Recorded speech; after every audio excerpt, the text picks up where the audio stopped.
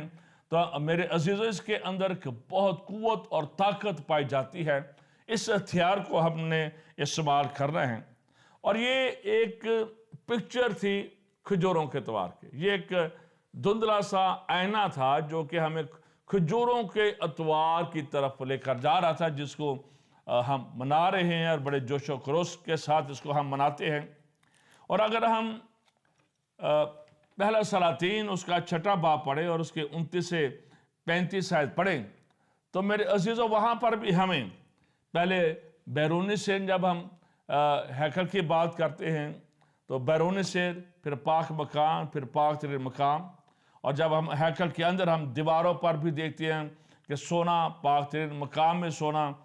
کروبے. اور جب ہم اس کے اندرونی دروازوں پر نظر ڈالتے ہیں تو وہاں پر بھی ہمیں کھجور کی ڈالیاں میرے عزیزوں، اور یہ پاک ترین مقام میں ہمیں نظر آتی ہیں، جہاں پر خدا کا جلال، جہاں پر خدا کا عبر، جہاں پر خدا کی حضوری اور جہاں پر خدا کے عہد کا صندوق، اور جہاں پر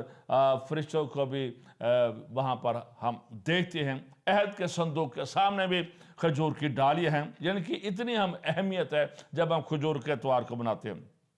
تو باہر میں بھی خداوند اپنے خدا کے سامنے یہ آپ دیکھتے ہیں کہ عید منانا. اور پھر اس کے بعد ہم جب ہیکل میں آتے ہیں تو وہاں پر بھی ہم دیکھتے ہیں. اور اگر ہم مکاشوہ 7 باب اس کی 9 آیت پڑھیں تو وہاں پر بھی یہ لکھا ہے، ان باتوں کے بعد جو میں نے نگاہ کی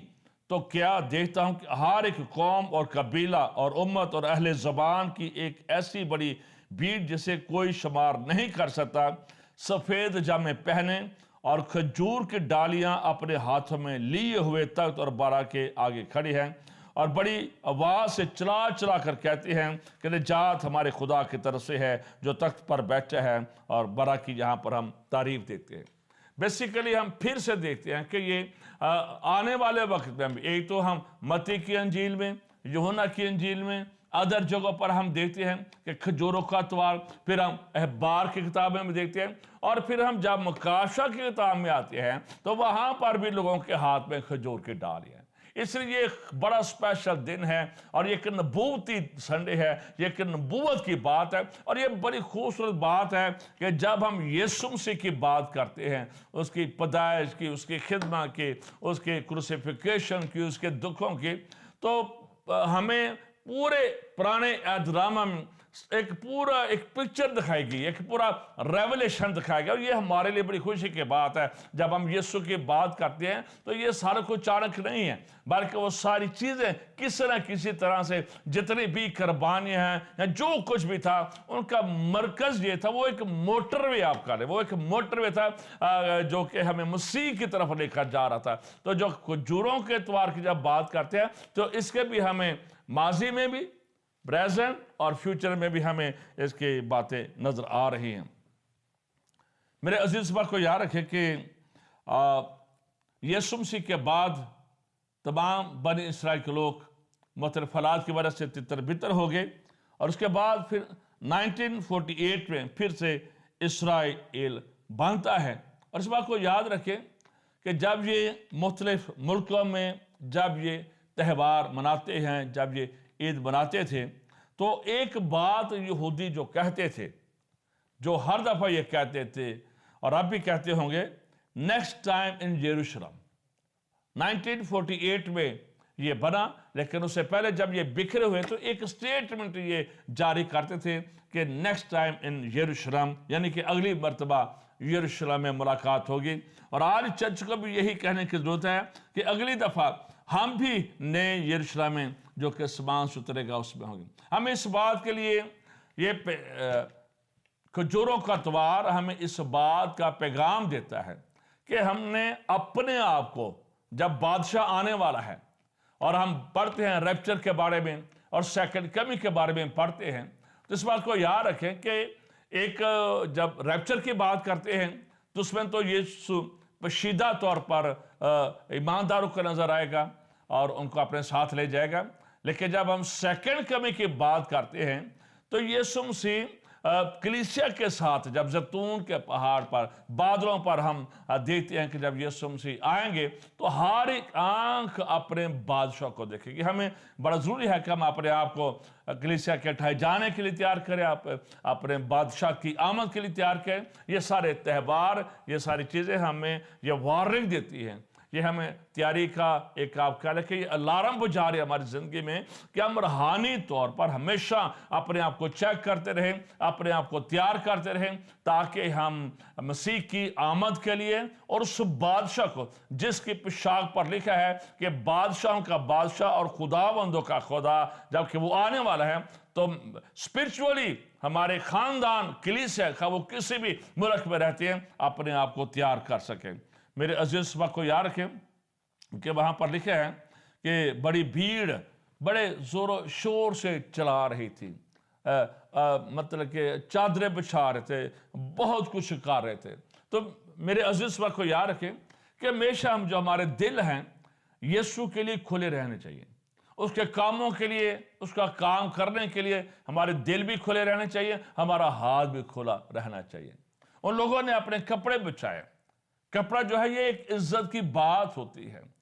ڈالیاں جو ہیں، ہرے درخت، کھجور کی ڈالیاں، یہ ایک خوشی کی علامت ہے۔ خوشی کے ساتھ ہمیں خدا کی خدمت کرنی ہے اور خوشی کے ساتھ ہم نے مسیح یسوع کو اپنی زندگی میں بھی میرے عزیزوں قبول کرنا ہے کہ بہت بڑی بھیڑ ہے۔ میرے عزیزوں اس بات کو یاد رکھیں، خدا نے ہمیں یہ موقع دیا ہے کہ ہم اپنے بادشاہ کو، خدا کے بیٹے، خدا کے بڑے، خدا یسوع مسیح کو اپنی زندگی دے سکے۔ اس کا پرپز ہی یہی تھا، اس کے آنے کا مقصد یہی تھا۔ پہلی آمد میں اس کا مقصد یہی تھا کہ وہ ہمیں گناہوں سے تو نجات دے، اور دوسری بار اس کے آنے کا جو مقصد ہے، کیونکہ وہ پھر آنے والا ہے، ہم نے اپنے آپ کو تیار کریں، اور دوسری بار جو اس کے آنے کا مقصد یہ ہے کہ وہ دلہن جو تیار ہوئی ہے اس کو اپنے ساتھ لے کر جا سکے۔ تو اس لیے ہمیں بڑا ضروری ہے، خاص طور پر میرے عزیزوں، یہ ایک زبردست بلاوا ہے ہمارے لیے۔ اور بائبل مقدس میں ہم دیکھتے ہیں کہ ایک کہانی بیان کی گئی ہے کہ بہت سارے لوگوں کو دعوت دی گئی کہ وہ ضیافت میں شامل ہوں، لیکن بہت سارے لوگوں نے، کسی نے کہا میں نے زمین خریدی ہے، کسی نے کہا میں نے شادی کی ہے، کسی نے کہا میں نے بیلوں کی جوڑی خریدی ہے۔ تو بہت سارے مفروضات، بہت سارے بہانے تھے، لیکن اس دعوت اور اس ضیافت میں وہ شامل نہیں ہوتے۔ میرے عزیز بات کو یاد رکھے،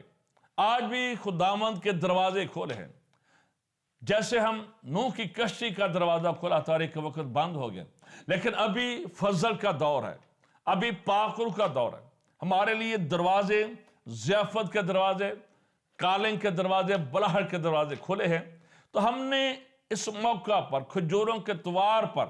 اگر ابھی تک آپ نے دل نہیں کھولا، آپ کی زندگیاں تیار نہیں ہیں، یا کسی طرح سے کوئی گناہ زندگی میں ہے یا کوئی رکاوٹ ہے، تو میں آپ سے التماس کرنا چاہتا ہوں کہ اپنے آپ کو آج ہی اس بات کے لیے تیار کریں کہ جب بادشاہ پھر سے آنے والا ہے، یسوع مسیح جو بادشاہوں کا بادشاہ ہے، جو کنگ آف گلوری ہے، جو لارڈ آف لارڈ ہے، وہ پھر سے آنے والا ہے۔ تو اپنے آپ کو تیار کریں تاکہ ہوا میں اڑ کر ہم اس کا استقبال کر سکیں۔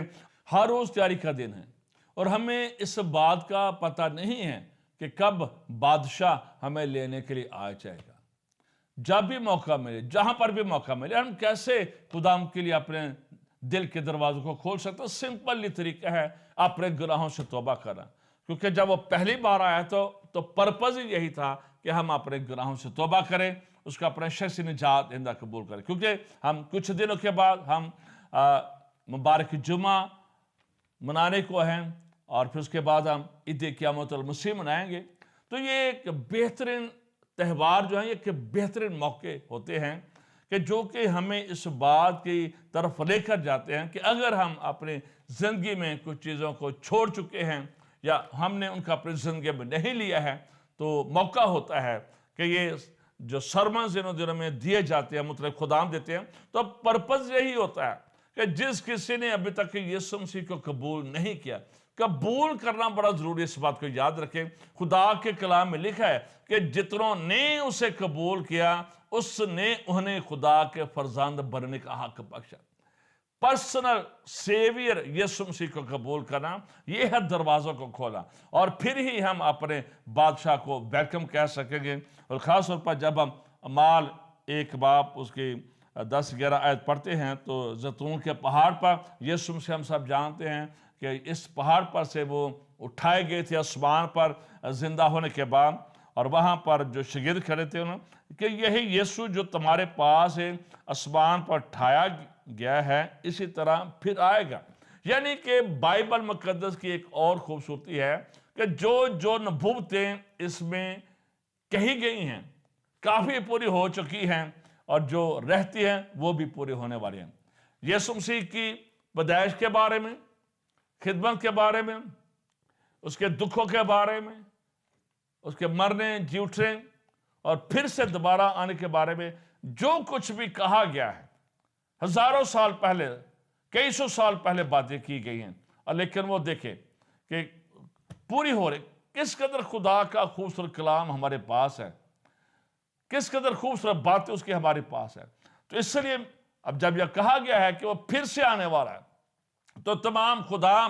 جو پوری دنیا میں ہیں اس بات کو محسوس کر رہے ہیں کہ اب جو وقت ہے مسیح خدا کی دوسری آمد کا، یہ بہت نزدیک ہے، اور اگر اس میں دیر ہے تو اس کی جو بنیادی وجہ ہے وہ یہی ہے کہ چرچ ابھی اس جگہ پر نہیں ہے، دلہن اس جگہ پر نہیں ہے،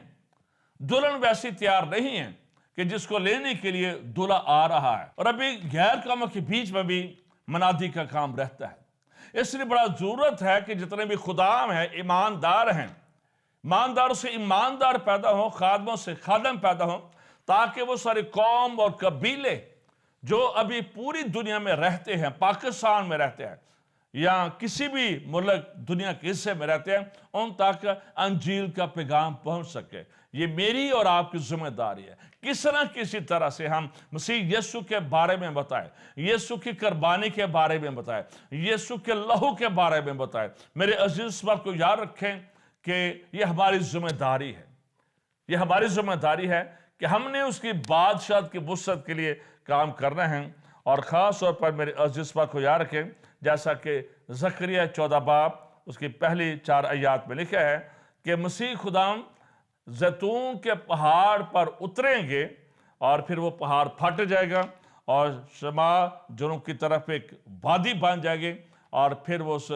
گولڈن گیٹ کی طرف میرے عزیزوں جائیں گے، اور وہاں پر جا کر اپنے قوم کو، اپنے لوگوں کو بچائیں گے، کیونکہ ہر مجدون کی لڑائی ہوگی، اور یروشلم کو غیر قوموں نے گھیرا ہوا ہوگا، اور پھر جب وہ خدا کو پکاریں گے اور خدا پھر بادلوں پر آئے گا اور اپنے لوگوں کی مدد اور رہنمائی کرے گا۔ میرے جس وقت کو یاد رکھیں، اگر ہم زکریا 14 باب پڑھیں تو وہاں پر ہمیں اس کی 16 اور 17 آیت میں یہ ملتا ہے کہ یروشلم سے لڑنے والی قوموں میں سے جو بچ رہیں گے سال بہ سال بادشاہ رب الفار کو سجدہ کرنے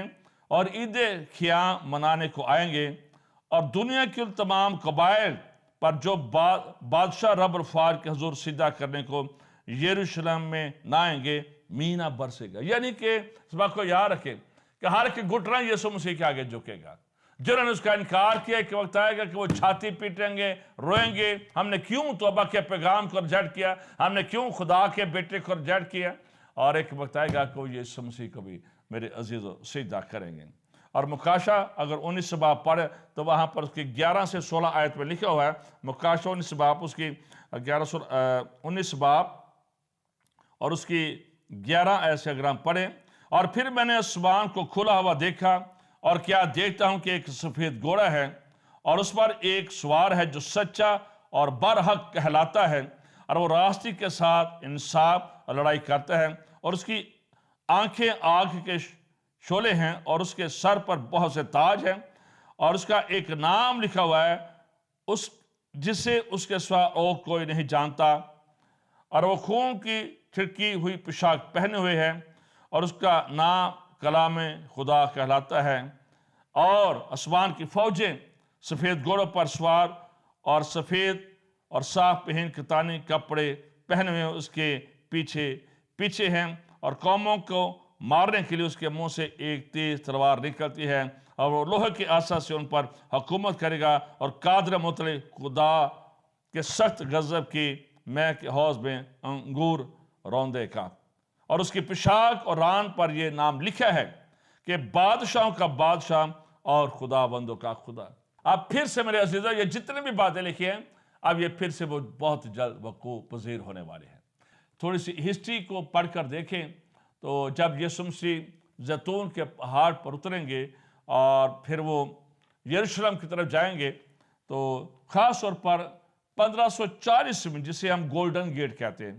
ابھی وہ بند ہے، اور 1540 میں اس گولڈن گیٹ کو بند کیا گیا تھا، کیونکہ جس بادشاہ نے اسے بند کیا تھا اس کو پتا تھا کہ یہودیوں کا یہ ایمان ہے کہ مسیح اس میں سے داخل ہوگا۔ اس کے بعد اس کو بڑی کوشش کی گئی ہے اس دروازے کو کھولنے کی، لیکن کھولا نہیں۔ لیکن جب یسوع مسیح آئے گا تب میرے عزیزوں، یسوع بادشاہ اس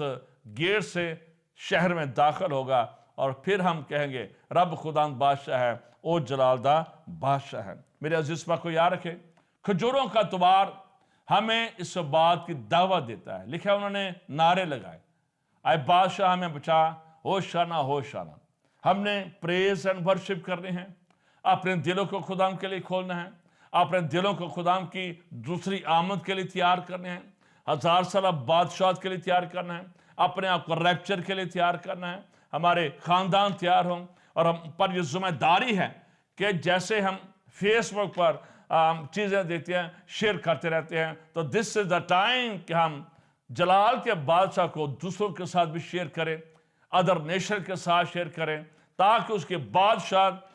بڑھتی چلی جائے، اس کے لوگ بڑھتے چلے جائیں، اور ایک وقت آئے کہ ہم پھر 1000 سالہ بادشاہت میں داخل ہو سکیں۔ خدا آپ سب کو بڑی برکت دے۔ کھجوروں کا اتوار آپ سب کو پھر سے بہت بہت مبارک ہو۔ اپنے آپ کو اسپرچولی تیار کرتے رہیں۔ God bless you. اور ابھی تک آپ کی زندگی میں نجات کا تجربہ نہیں ہوا تو آج میں اس ٹی وی نیٹ ورک کے وسیلہ سے آپ سے درخواست کرتا ہوں، بے شک آپ کسی بھی مشن سے تعلق رکھتے ہیں، یسوع مسیح کسی مشن کو لینے نہیں آ رہا ہے، بلکہ اس کو لینے آ رہا ہے جس نے اس کے کفارے کو قبول کر لیا ہے، جس نے اس کے راست بازی کو پورا کر دیا ہے، اور جو اس کے قیمتی لہو سے دھل چکا ہے۔ God bless you and God bless your family. Thank you very much.